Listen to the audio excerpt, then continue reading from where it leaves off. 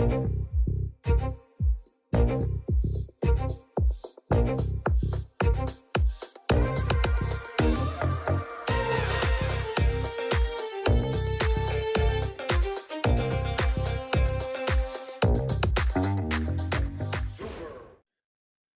to Super Entrepreneurs Podcast. Today we have with us Kristian Livolsi. Kristian has rich experience in business, entrepreneurship, commercialization, and mergers and acquisitions. His experience is diverse across many industries and continents. Welcome, Kristian. Thank you very much, Shahid. I really appreciate you having me on your podcast. It's my honor, my friend. It's a pleasure to meet you as well. Thank you for taking the time. I know you're busy. It's great to have you here. It's my pleasure indeed. But you are a business growth expert, right? Apparently, yeah, that's what they say. That's what they say. I love it. How much of it is mindset? Almost all of it. Oh, beauty. We're going to be best friends. Awesome. I look forward to that. Yeah. That's great. So were you always into mindset stuff? How did you get into coaching? How did you get into helping businesses? Long story short, I had an interesting career. I started off in hospitality, working tables and learning the craft of being a chef. And I studied with the Swiss Hotel Association and did Le Cordon Bleu, and then traveled the world, played professional sport. I was always really busy, and but proper busy, not busy that people lament about and then never take action on anything. Yeah. I guess that was my career. Then I got a break to get into marketing / private equity. I did 2.5 years as an intern the first year, then full-blown consultant, learnt the craft and art of negotiations, looked at acquisitions, and then started my entrepreneurial journey after that. Around 24, I started my first business in the food industry, and within 7 years, I had 15 businesses operating. 8 were restaurants and bars, and a couple of catering companies, and we were doing about 31 million at the time. So this was Amazing. 2008. Yeah. And then we created webmenu.com, which was one of the first ever food search engines in the world, well before Uber and Uber Eats. Uber Eats.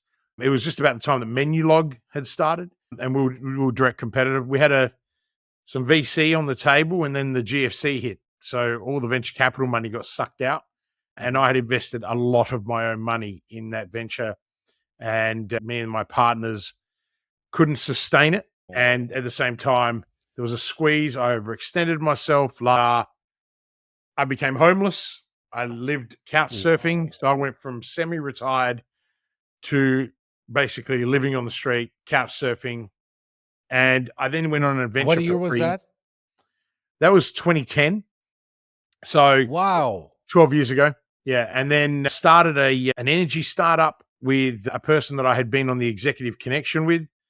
And we started with 100 grand of working capital and turned that into a very sizable national renewable energy company within 2.5 years. Then I went off on my own and started a energy management firm.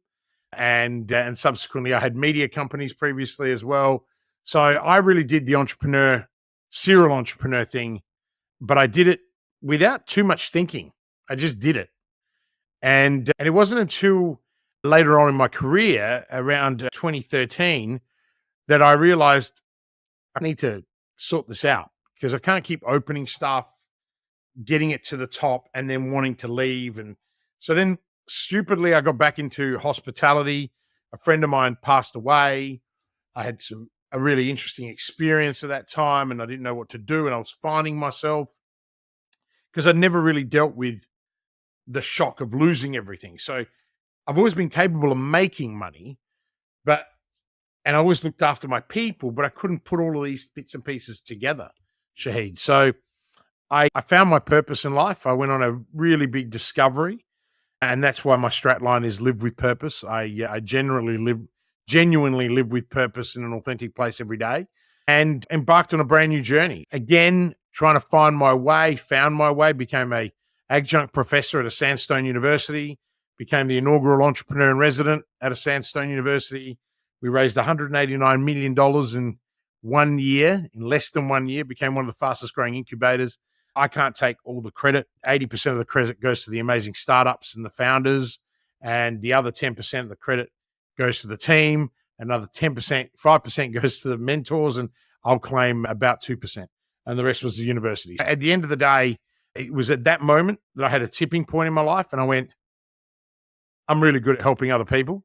I want to go back to my grassroots of private equity and consulting. So I sold. At this point, I had another 15 companies, and it was very clever because I sold all the bricks and mortar businesses before COVID. We're talking the year before COVID, like 2019, bang, I exited. And in April, and everyone was like, what have you done? You've just called this. And I started my advisory firm. Now the advisory firm is 7 figures. And I promised myself that I would only have one business. And unfortunately, I couldn't help myself. So I'm at my 80th startup now. And I haven't failed for a long time. So it's been about 5 or 6 years, and we've been growing. And we've got about 82 people now across the group.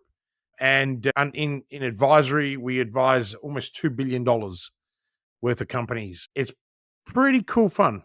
So yeah, it's been a lot of fun. And now we've adopted the model of one to many. I ran out of time. My EA and her PA don't have time to manage my life.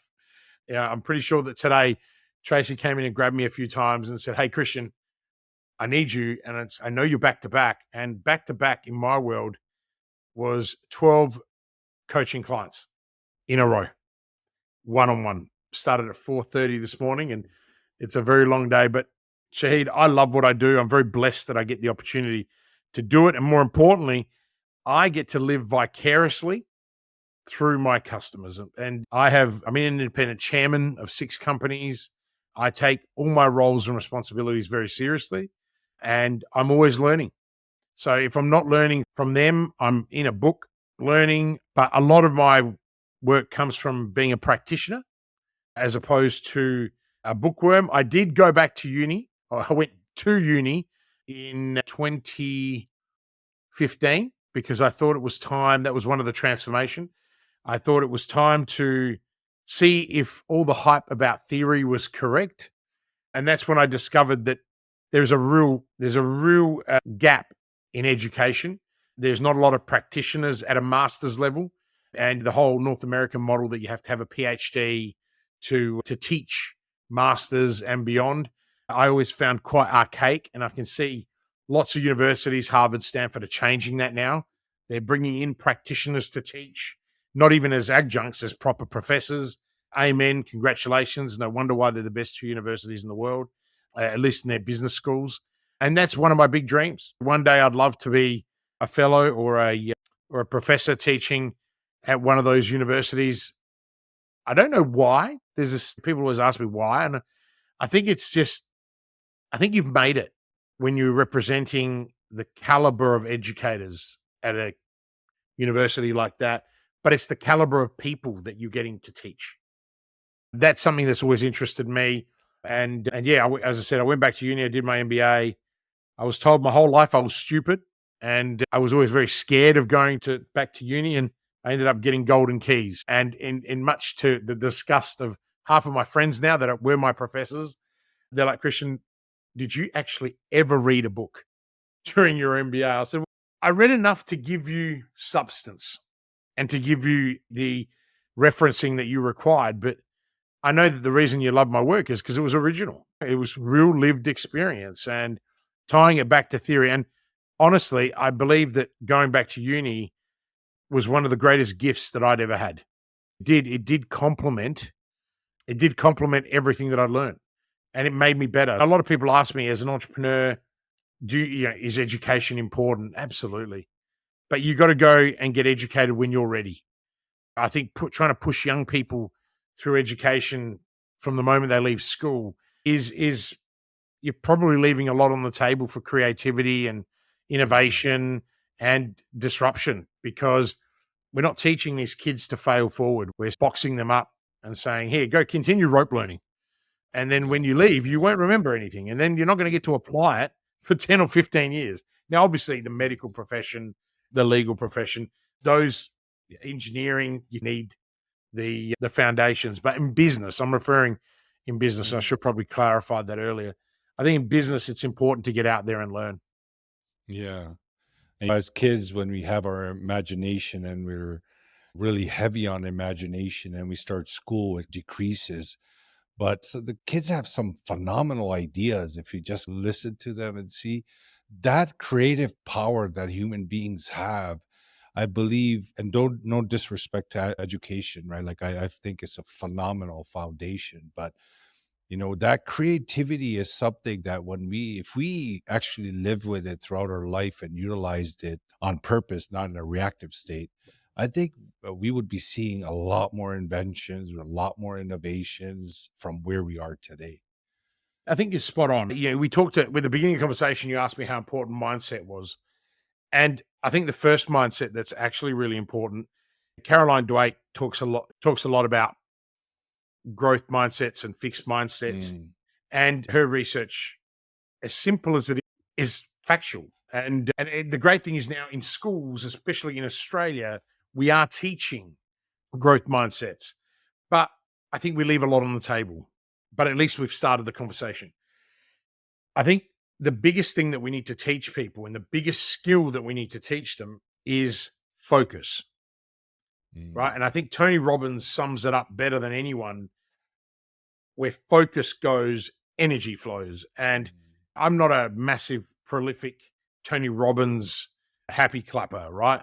But I do think that Robbins has done a lot of good in changing the professional development landscape. And I think he's an incredible human being. I've been to AUPW in my life, and I got to say, it's the most incredible thing I've ever been to in terms of just what a show he puts on. yeah. But it's this concept of focus, and he Mm, touches on it. But if I had to give your audience one key takeaway to success, it's focus. And probably your audience is saying, hang on a minute, you've had 80 startups, you consult thousands of companies, and you have so many businesses. How is it that you focus? Shahid, your brain's a muscle and you can train it to be bigger. And this is not bullshit. This is science. no, it's And, not. and I've been doing, we interviewed, I got the opportunity to interview Dr. John DiMartini on my podcast from the world, the boat that he lives on. And he's a phenomenal human. And he has invested 20 years, 30,000 books he's read to become experts in how the brain thinks. And we were off air afterwards, and I actually thought he needed to go. And out of respect, I kept trying to stop the conversation. And we stayed on for about an hour, and it was phenomenal. I probably got the best lesson of my life on how to think. Yeah. And again, so Thinking is an focus, art. yeah, well, focus is so important, but focus is what you make it. It's like Mm, balance. Balance is the most overused word on the planet, right? Balance is different to you, it's different to me. I have a beautiful family, an amazing wife, and I couldn't do what I do without her. And why? Because I wouldn't be able to bring all that love and attention into our house, the support, and all of those things. It's true what they say, behind every great man, there is a greater woman. And for me, that is spot on. And I have the privilege of working with a lot of women. 82% of my clients are women. 95% of my workforce is female. My companies are all female led, with the exception of my advisory firm, which is led by me. And one of the reasons is women have an incredible growth mindset because of this notion of the mental load, right? They've got to be busy, they're able to do multiple things, even though multitasking sucks. Like, it is the worst thing you can do. Women are so used to doing it automatically that when you narrow their focus, they are unstoppable. And if us men can learn that unstoppable trait, then we'll be able to compete with them. And it sounds like I'm giving us men a hard time, but I'm not. Oh, I am. And I've been surrounded by lots of incredible women who have helped me focus. So again, focus doesn't mean a singular notion on one thing. It can be a singular notion on one thing, but you're doing 10 things at the same time, but not at the same time, if that makes sense. You need to provide focused attention on a task and be really specific to that task. Like a goal. Yeah, like a goal, a smart goal. Let's be more specific. Having a goal can be incredibly broad. And most people, what is it? What's the stats? Like something like 10% of people that set goals, 10% of About people set goals 3% and have only written it or something. Yeah. yeah, and only 3% actually ever achieve it. And the biggest Yeah. reason why they don't achieve it is they start with a BHAG.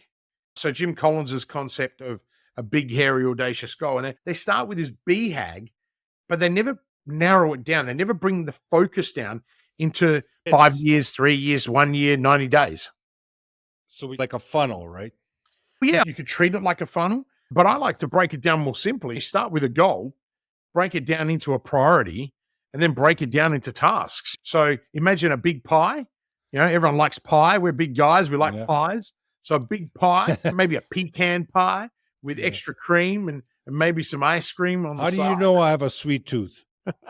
I could tell. Uh, but you could start with a big pecan pie and then you chop it up into a piece, and that's your priority. And then you grab that piece and you break it into small chunks. Yeah. So bite-sized pieces. And What are you when doing, I Gail? coach people on this stuff, I sometimes look at them and I go, am I sounding really stupid? And they look at me like, no, this makes sense. And I'm thinking, oh dear God, what am I doing? Right. And I'm like, come on, level up. And so people, as soon as they get that concept of how to chunk it, their results are exponential. One of the best compliments that we get, and we track all of our customer data. We're growing our companies that we advise an average of 31% compounded annual growth. Right now, when you consider that we've got $500,000 a year companies that turn over to 130 million, you start doing the math on that growth, right? Mm. My companies at the moment, I have one company, we're growing at 452% year on year. And it's very close to, I think this year, next financial year, to qualify for the Australian Financial Review Fast 100. And based on the last couple of years, I reckon we make the top 20, which would be phenomenal, right? But again, that didn't come from just a moment of genius. It was, how do we solve a massive problem? And it's in the people industry, it's outsourcing. And it was like, how do we solve this huge problem where wages are going up, quality of people is coming down?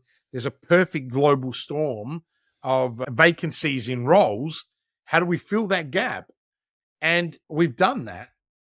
And it's just scaling, right? Because it's all about systems and processes. I always say to people, business is not all sunshine and rainbows. Mm. And you got to have a crack at it a few times. Not all people. I was never lucky enough to make $1 million on my first business. And sure, I did quite well. I didn't have a lot of failure initially, but that's because I was setting myself up for catastrophic failure. So I'm a big believer that you've got to fail often, and you got to fail quick, and then you got to Same learn here. from that. But yeah.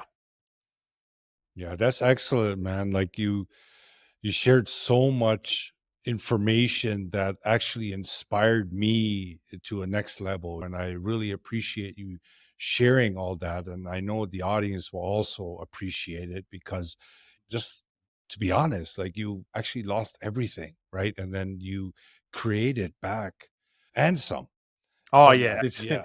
Like, it's a that's significant beautiful. improvement. I look, Yeah. Shahid, in between that, I've had in 2019 the chief editor of the biggest newspaper in the state decided to try and completely rip me apart, accusing me of my integrity. And I made an incorrect statement at a keynote event 2 years earlier or a year earlier. It was a really interesting moment in my life because even after losing everything, I thought thought I'd dealt with the tall poppy syndrome issues. I thought I'd dealt with the validation that I was seeking. And in truth, I realized that I hadn't. And it was the best thing that ever happened to me. Everyone was like, wow, Christian, what have you done? Slept with the guy's wife? I said, last time I checked, he's not married. And no, that's not my style. I'm period. And that's how bad this was. 7 or 8 articles across 4 or 5 weeks, front Wow. page. Oh, yeah. For stating that I had played rugby for the national team. That was it. That was what I got smashed for. And look, I can now talk about it really freely because it was what gave me, and I'm really grateful. And this is what I'm trying to say to you all. It's not about what they did.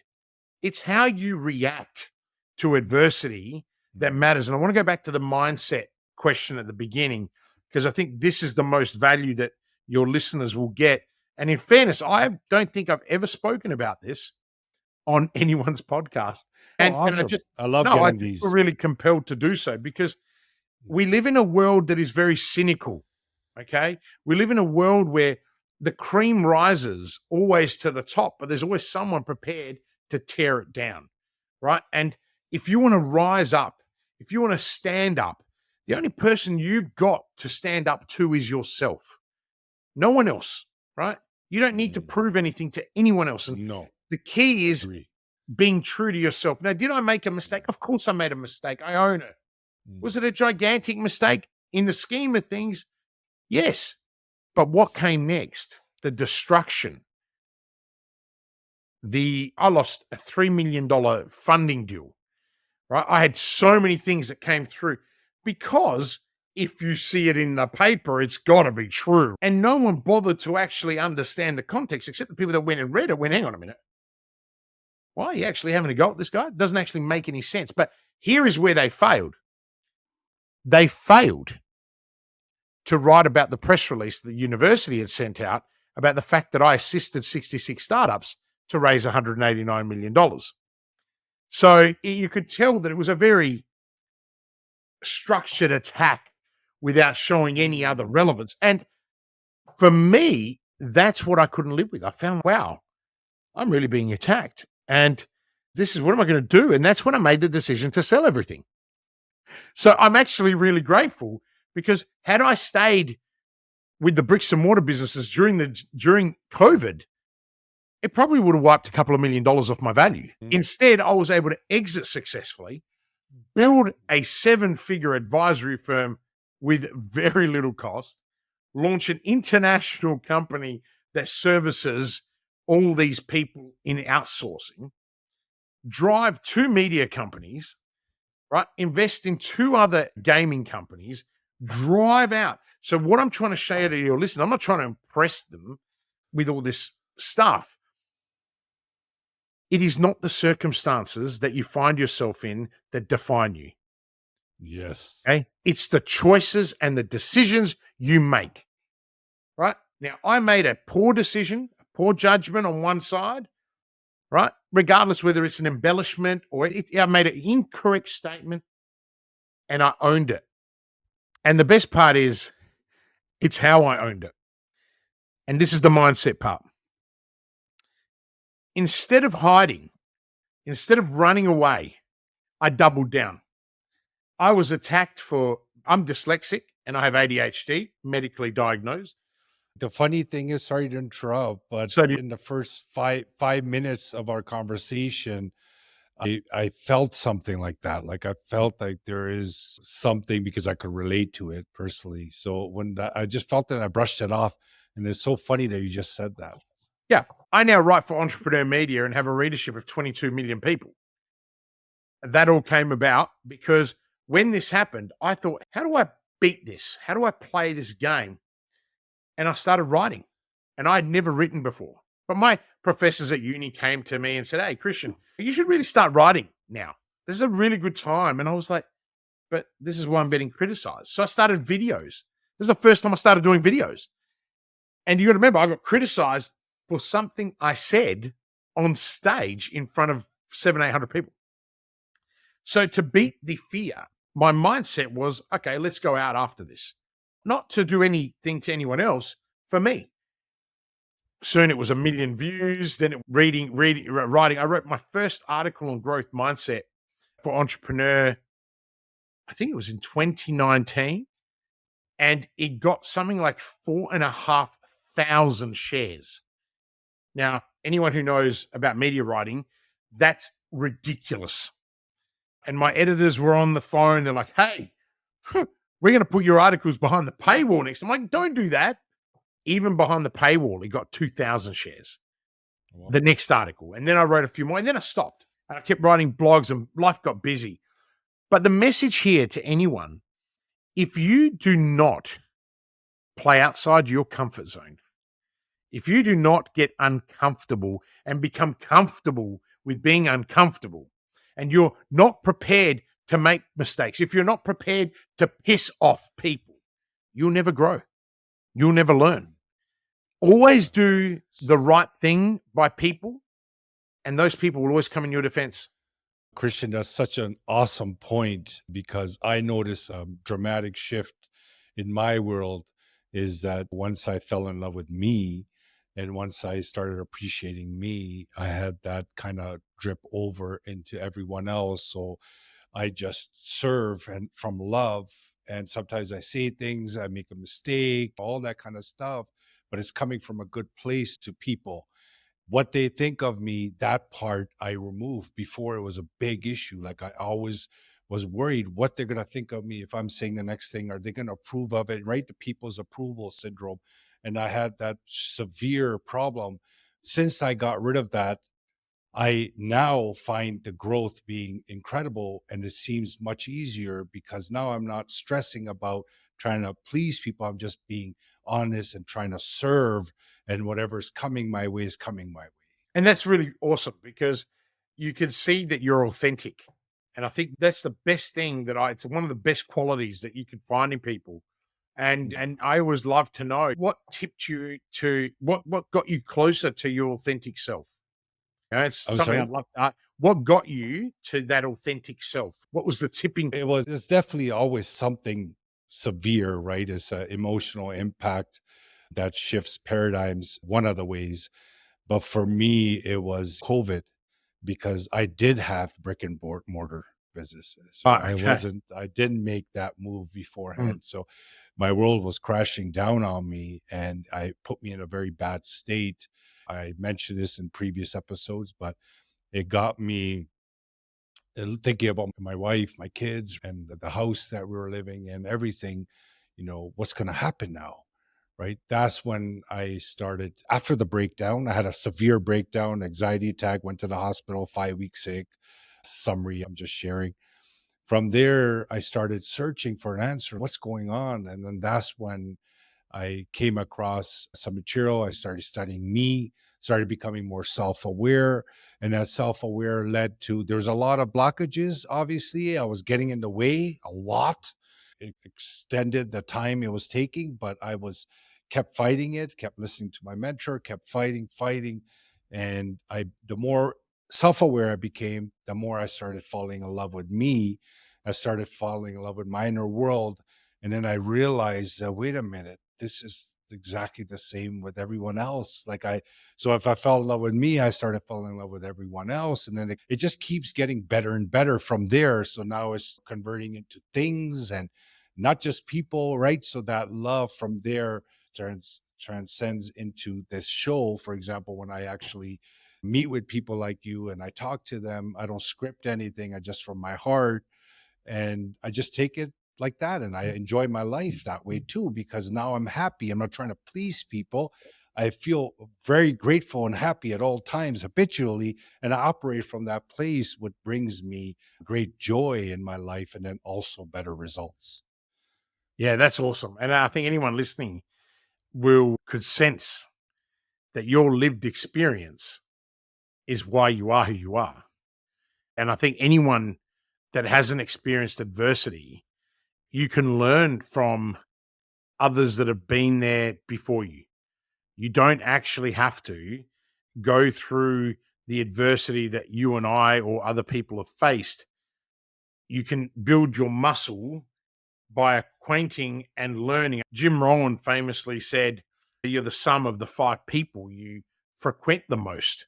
And I think that there's no truer statement, because if you start to hang around with people who have built grit, have built resilience, have determination, have a Environment. growth mindset, you will flourish. And this is where I believe the podcast world really has allowed people to get close to that. And I think it's Yes. wonderful that when you invited me on the show, Tracy gave me the brief and she said, "What do you think?"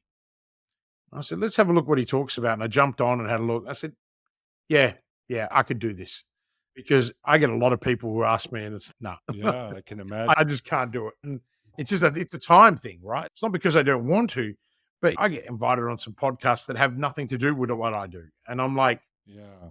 man, I don't know what you want from me. Sure, I've got a good a good audience, but I'm not anything fancy. I don't have one of those cool YouTube badges. My son is, "Pa, you need to get a YouTube badge." I'm like, "Leo, I need 100,000 people, man." I said, "I've got like 40 odd thousand on LinkedIn, but Yeah. that's where my customers are." I wish I'd got onto YouTube many moons ago and I didn't. I wish I got onto Instagram early and I didn't. I got onto TikTok in the first week that it came out and never posted a video. I've missed the There's so boat. many platforms. Oh, look, mate, I've missed the boat, Yeah. but it's never too late. Never. I hit 4,500 Instagram followers, and my team was like, "Christian, 4.5," and I'm like, "Yeah, man, that sounds terrible." But you know what it is, and it is again, and I want to just touch on this social media trend that young people and people are obsessed with. The number of followers you have does not validate you. Okay. It's the number of customers that you generate from those followers Yes. that feed you. I've got a Sense. really big philosophy that if you don't want to buy from me, don't follow me. If you don't want to listen to me, don't listen to me. There's plenty of other people you can go listen to and follow and buy from. But at the end of the day, engage with me and see what you can learn. That's my Mm. message to I everyone. like. I'm not your guru. I love Tony Robbins' Mm. the Netflix movie that he did. I'm not your guru. And it's true. No, none of us are anyone's gurus. Like No. we're just out here sharing our stories with the world for anyone that wants to listen. But Providing one, pointers. yeah, but one thing that I have learned in life is it doesn't matter how old you are. There is always something you can learn from someone regardless of their age. Like I do a lot of work with children. Regardless.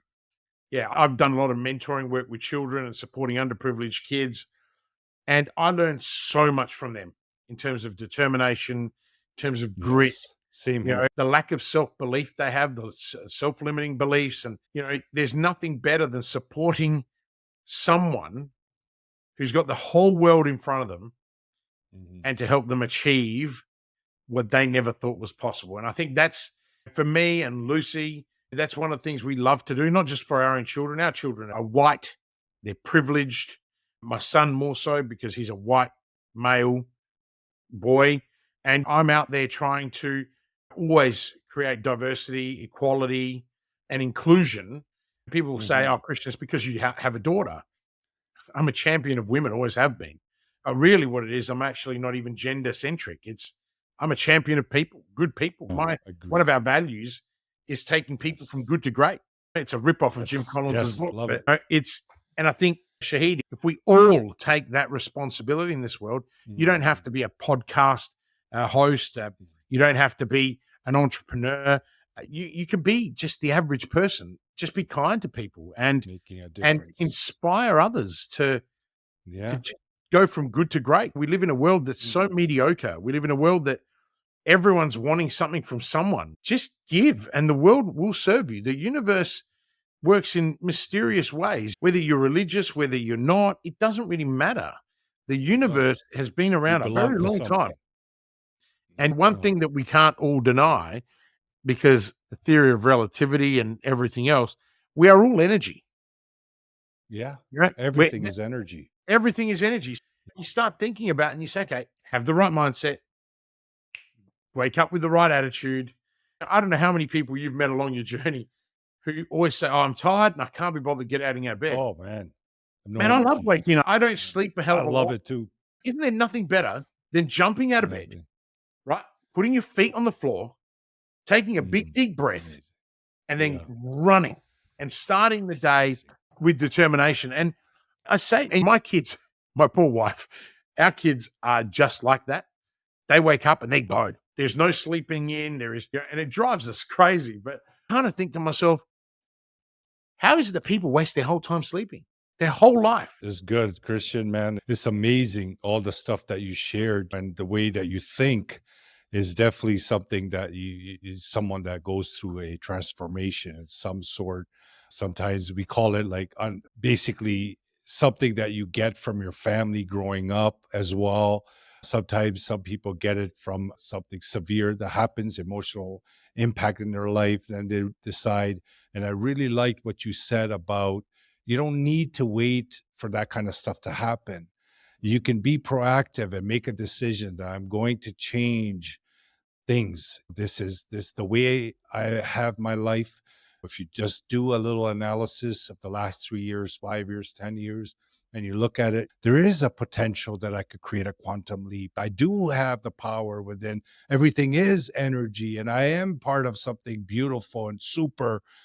Why not take the leap and go and work with people like Christian and others that are out there actually putting their heart out there, being honest and genuine. You could see that he's not sugarcoating anything.